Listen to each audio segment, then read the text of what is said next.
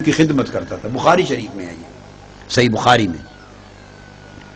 تو آقا علیہ السلام نے پوچھا وہ بچہ یہودی آیا کرتا تھا تو وہ نہیں آیا ایک دو دنوں سے. تو صحابہ کرام نے عرض کیا یا رسول اللہ صلی اللہ علیہ وآلہ وسلم وہ بیمار ہے کافی زیادہ اس لیے نہیں آیا. تو آقا علیہ السلام نے فرمایا چلو اس کے گھر چلتے ہیں، اس کی عیادت کرتے ہیں. وہ معروف حدیث ہے، ہر کتاب میں یہ پڑھا تھا. واحد جب تفسیر ابن کثیر کو میں نے ایک خاص آیت کے تحت جب اس مقام پر پڑھا، انہوں نے بہت سی احادیث کو جمع کیا، تو میں نے پہلی مرتبہ زندگی میں تفسیر ابن کثیر میں یہ حدیث ان الفاظ کے ساتھ پڑھی جو حافظ ابن کثیر نے روایت کی. خدمت کرتا تھا، مگر کیا خدمت کرتا تھا یہ بخاری شریف میں یا دیگر کتب حدیث میں تصریح میری نظر سے نہیں گزری تھی. یہ حافظ ابن کثیر کا عقیدہ دیکھیں اور عشق رسول دیکھیں اور ادب رسول. انہوں نے جو روایت لی مسند احمد بن حنبل کے حوالے سے، یہ پہلی مرتبہ میں نے وہاں پڑھی. بعد میں پھر اسی وقت میں مسند احمد بن حنبل اٹھائی اور پھر میں نے مسند احمد بن حنبل میں تلاش کی اور پھر اصل مسند امام احمد بن حنبل سے پھر حوالہ لگا لیا. مگر مسند امام احمد بن حنبل تک اس روایت کے لیے مجھے حافظ ابن کثیر نے پہنچایا.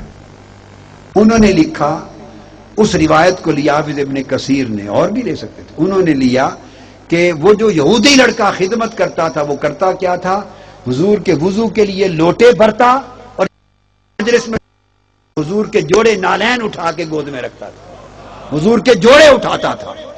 خدمت یہ تھی کہ حضور کے جوڑے اٹھاتا تھا، نالین مصطفیٰ اٹھاتا تھا. جب اتار دیتے تو اٹھا لیتا نالین مصطفیٰ. جب آقا علیہ السلام مجلس سے اٹھ کے جانے لگتے تو حضور کو پہنا دیتا جوڑے.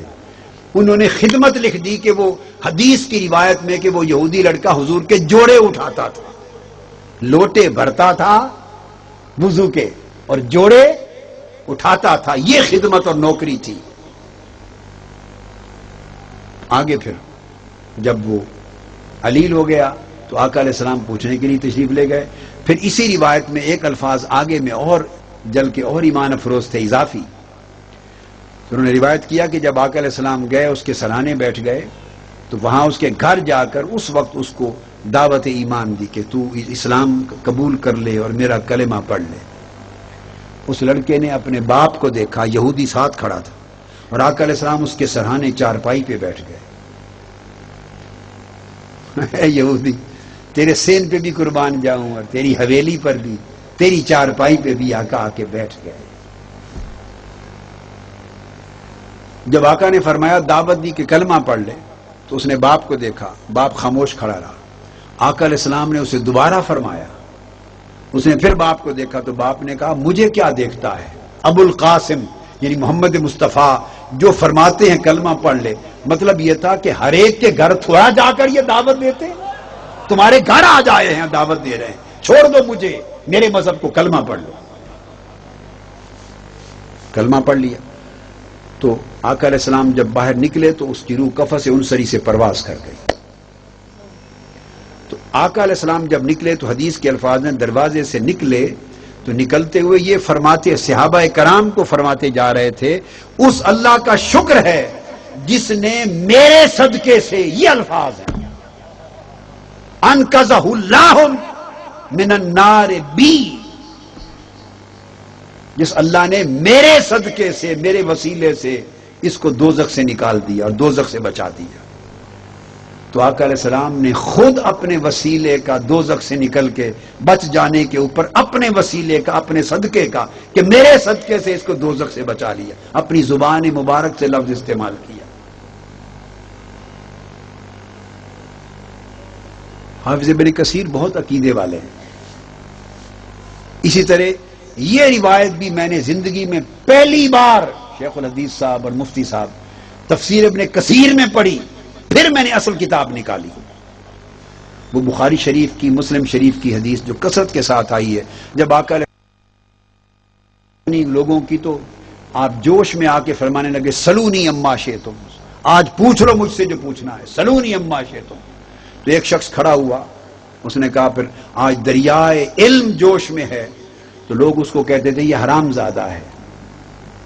یعنی یہ حلالی نہیں ہے، لوگ اس کو تانا دیتے، تو اس نے کہا میں اپنا مسئلہ ہی حل کرا لوں۔ اس نے پوچھا بھئی یا رسول اللہ من ابھی بتائیں میرا باپ کون ہے، اصل میں کس کا نطفہ ہوں؟ فرمایا ابو کا حذافہ، تم حذافہ کے بیٹے ہو۔ ایک اور شخص کھڑا ہوا، حضور پوچھتے تھے سلونی اما شئتم، آج پوچھ لو مجھ سے جو پوچھنا ہے۔ ایک اور کھڑا ہوا، اس نے کہا میرا باپ کون ہے؟ آپ نے فرمایا ابو کا سالم مولا شیبہ، شیبہ کا آزاد کردہ غلام سالم، اس کے بیٹے ہو۔ ایک کھڑا ہوا اور شخص، یا رسول اللہ بتا دیں میرا ٹھکانہ مرنے کے بعد کیا ہوگا؟ دوزخ جنت۔ فرمایا مقعدک فی النار، تیرا ٹھکانہ دوزخ ہوگا۔ منافق ہوگا نا کوئی۔ معروف حدیث ہے جو بخاری مسلم میں آئی ہے، اس پر بعض اہل علم یہ بحث کرتے ہیں اور یہ اس کا معنی بیان کرتے ہوئے انہیں یہ مغالطہ ہو جاتا ہے، وہ دور کر دوں۔ وہ سمجھتے ہیں کہ یہ سلونی اما شئتم سے مراد یہ تھا کہ احکام شریعت کے بارے میں جو پوچھنا ہے پوچھ لو۔ یہ حضور کے علم کی جو وسعت ہے اور اللہ پاک نے جو وسیع علم عطا کر کے بھیجا ہے وہ احکام شریعت کا ہے، علم آخرت ہے، علم شریعت ہے، علم احکام ہے۔ یہ ایک اختراع ہے، من گھڑت تصور ہے جو حدیث میں نہیں ہے معاذ اللہ، بلکہ حدیث پر الزام ہے۔ اس لیے کہ آگے دیکھیں کہ صحابہ نے سوال کیا کیے ہیں۔ اگر تو سوال کیے ہیں شریعت کے مسئلے پوچھے ہیں تو پھر تو یہ بات درست لگتی ہے۔ وہ تو پوچھ رہے ہیں کہ میں نطفہ کس کا ہوں، کوئی پوچھ رہا ہے میرا اصل باپ کون ہے، کوئی پوچھ رہا ہے مرنے کے بعد ٹھکانہ کیا ہوگا، یہ احکام شریعت پوچھے جا رہے ہیں۔ اگر آقا علیہ السلام کا فرمانا سلونی اما شئتم احکام شریعت سے متعلق ہوتا تو آپ اس کو وہیں روک دیتے۔ مجھے کیا پتا کہ تمہاری ماں نے تمہیں حرام طریقے سے لیا یا حلال طریقے سے، یہ تو علم غیب کی بات ہے، مجھے کیا پتا۔ دوسرے کو بھی کہہ دیتے یہ تو غیب کا مسئلہ ہے، مجھے کیا پتا۔ مرنے کے بعد تم کیا پتا کہ موت سے پہلے تم مومن ہو جاؤ یا کافر ہو جاؤ یا کیا رہو، مجھے کیا پتا۔ یہ تینوں سوال امور غیب سے متعلق تھے۔ آقا علیہ السلام انٹرٹین ہی نہ کرتے، رد کر دیتے، تینوں انٹرٹین کیے۔ اس کا مطلب یہ ہوا کہ جب فرما رہے تھے سلونی اما شئتم، وہ احکام شریعت کے لیے نہیں تھا، وہ مراد یہ تھی کہ ازل سے ابد تک جو سوال کرنا چاہو اور آج جو پوچھنا چاہو میں تمہیں بتا دیتا ہوں۔